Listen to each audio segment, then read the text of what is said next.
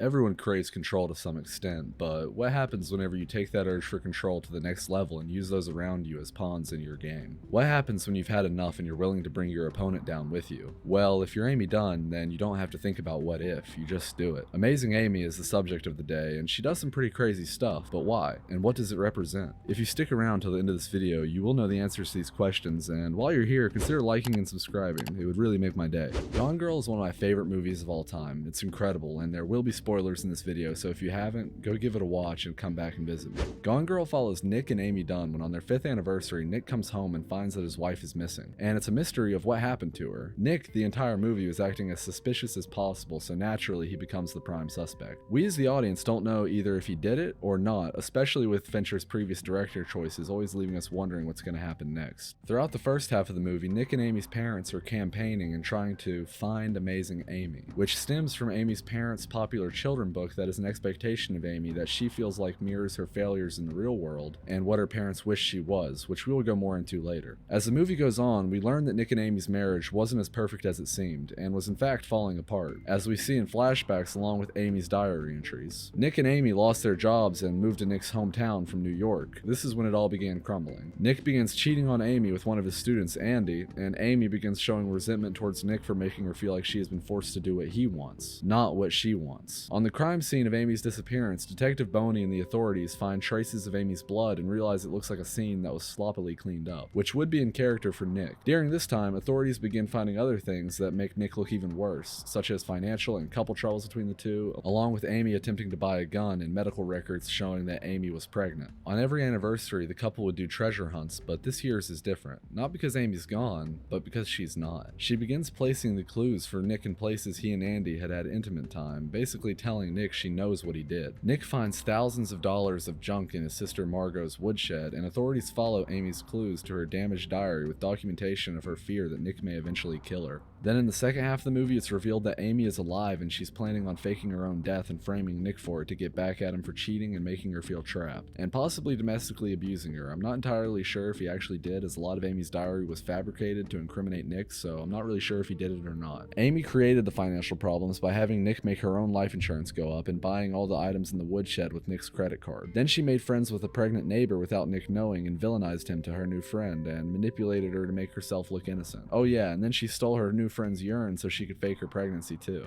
Then she wrote the fabricated diary and placed evidence to make Nick look even more guilty. Amy was also the one that placed her blood on the floor of the house and sloppily cleaned it up the way she thought Nick would. Then she planned on driving her car into a body of water after Nick was arrested in a location that she knew would be found. But then there was a change to Amy's agenda. Eventually Nick came to the conclusion of what Amy is doing and hires a lawyer named Tanner Bolt, and meets Amy's ex-boyfriends and realizes there's a pattern of Amy ruining their lives whenever it doesn't go her way. She framed Tommy O'Hara for rape and puts a restraining order on Desi Collins. While Amy is hiding out in a trailer park, her neighbors rob her and she goes to Desi for help, manipulating him into thinking she's fleeing from Nick for safety. Desi hides her in his lake house, which is heavy in security, keep that in mind. Nick goes on a talk show and admits his affair and how he came short as a husband, telling Amy to come home, admitting that he knows he could have been a better husband to her, knowing that she would be watching, and it's a huge success as now instead of suspecting Nick, the public gets easily influenced into loving him. And a quick side note, I love the inclusion throughout the movie of how well Nick and Amy know each other, such as the way Amy knew how to make it look like Nick was the one that did it, and Nick knew how to bring Amy home. It was written perfectly, but at this point there was too much incriminating evidence and Nick is arrested. Then he gets bailed out by Bolt and they prepare for trial. However, Nick's speech worked perfectly and Amy realizes she can still be with Nick, and now she can control him and begins planning Desi's downfall. Remember the heavy security I mentioned earlier? Amy gives herself injuries and cries and screams and begs at the windows in front of the cameras. Then she seduces Desi, slits his throat, making it look like Desi was her captor, and comes home to Nick covered in blood, cleaning Nick of suspicion but now imprisoning him to be with her and be with her the way she wants. The case is closed and Amy admits her crimes to Nick, telling him the Nick she saw on TV is the Nick she fell in love with.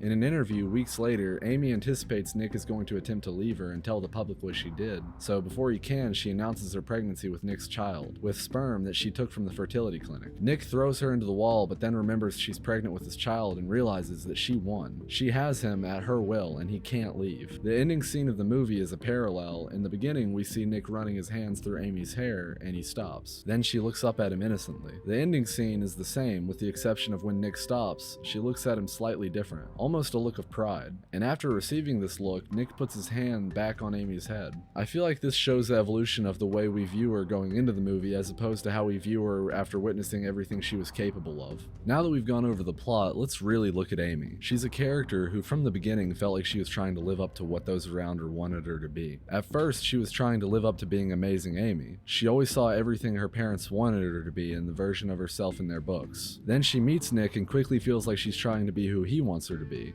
or rather who he fell in love with. Amy spent years and years being not necessarily taken control of, but molding herself into the quote-unquote perfect woman. She craves control and freedom. That's what I noticed. From the beginning, she felt trapped, and possibly from the beginning of her life. That's why she was never happy with what she had. She was trapped and felt stuck in failure. That's what propelled her to do the terrible things that she did in the film. That was Amy's way of saying, hey, I'm in control now. This is me. This is who I am and have always wanted to be. I've got it now, and no one's gonna take it away from me. By doing the things she did, she unethically gained everything she wanted and rebelled against the image that was built around her. She liberated herself and took the reins of her life, and also Nick's life too. She became Amazing Amy. And she did all of this without getting caught by anyone but Nick. That makes Amy incredibly cunning and intelligent, manipulative, and most of all, patient. That could be easily overshadowed with how many twists and turns the movie takes and how much is going on. She was able to befriend her neighbor enough to where the neighbor would consider Amy her best friend. She was able to perfectly set up her own crime scene and frame Nick by doing things exactly the way she thought he would. She stole Nick's sperm from the fertility clinic without being caught. She knew exactly what to do and how to do it without blinking. Another reason for her cunningness would be because no one expected her, because of the image she crafted with no cracks whatsoever, and I believe this is because she is self-aware of who she is. She knows what she is doing, and she would have to be able to portray different variations of her own personality. Amy was able to manipulate those around her perfectly to use them any chance she got. For example, when she used Desi for shelter and convinced him that she was in love with him, and then used him again as a cover and escape route back into Nick's life. Amy manipulated those around her and controlled them the same way she felt she had been controlled her whole life. Another example of Amy's manipulations was right after she made it look like she was being held captive by Desi. In the hospital, she's being questioned by Detective Boney and other lead FBI officials. And Boney keeps asking her questions about the inconsistency in her story, but Amy blows off her questions and begins saying things about how terrible it was being held captive by Desi and how it affected her. And in this scene, she could have fooled me that it really happened, to be honest. That's how good she was at what she did. And finally, throughout the whole movie, she had to be patient, and she did it well. She was willing to wait for what she wanted and adapted when what she wanted changed. Amy was very obviously, to me at least, a psychopath, as you would have to be to do what she did. The way she was neat with the execution of her master plan, the way she had no problem with killing to secure her goals, and overall just having no remorse for her actions as we see in the final scene of the film. Amy is a villain that won in the end, and she knows she won. I feel like Amy can also be a very symbolic character. She symbolizes the idea of switching the narrative, not only in the sense that the narrative of the movie was literally switched, but in the sense of the narrative of gender roles. By the end of the film, there's a drastic power change between Nick and Amy. At the beginning, Nick has all the power over Amy because he is all she's got in the small town they live in, and she's trapped to his will and what he wants. Then by the end of the movie, she's the one that has the power over him, and it's what she wants, not Nick. And now Nick is trapped due to her actions. Another symbolism I noticed with Amy is being what you want to be no matter the cost. As we see, that's what Amy did while taking control. One more thing that makes her an interesting character is the fact that she represents pain of betrayal, and we don't notice because of how innocent she seems, but she was failed by those around her. And I wouldn't go as far to say society failed her, but nonetheless, she was pushed by pain to the violent and unspeakable things she did. Amy represents pain and so much more, but the argument could also be made that she brought it upon herself by not being who she really is to attract Nick. Instead, she put on the cool girl act. She attempted to deceive him from the very beginning, and she was aware of this, but she still progressed with the relationship, knowing she was holding herself to a standard she would have to upkeep every day. Then on the other hand, Nick also deceived her because he too was trying to be someone he wasn't. I feel like this can provide a real life message to us as the viewer, and that is, stop trying to be someone you are not to impress people. Because in the end, you're gonna hurt yourself. Because we all do it, whether it be on a date or a job interview. Don't create a cool persona, just be you. And if you are not accepted for that, then find someone who will, and you can avoid a dramatic situation unlike Amy and Nick. Honestly, Amy Dunne is a character that I'm not smart enough to understand, but I feel like I definitely covered the base level of where her feelings of entrapment stem from and why she acts out and does the things she does in the film. She's a super interesting character to me, and I haven't decided where she lands on my psychopaths in movie and TV shows ranking, but she 100% landed herself pretty high on the list. And Gone Girl in itself is one of my favorite movies of all time. It's the perfect combination of twists and turns that David Fincher always delivers in all his films. He's made so many of my favorite movies, and my favorite movie, and in my opinion best movie of all time, Fight Club. Speaking of David Fincher, I've got something in the works for you guys that I think you'll enjoy. I'll let it be a surprise, but I'm super excited and I hope you guys are too. Well, with all that being said, make sure to like and subscribe so you don't miss it. I love y'all. Peace.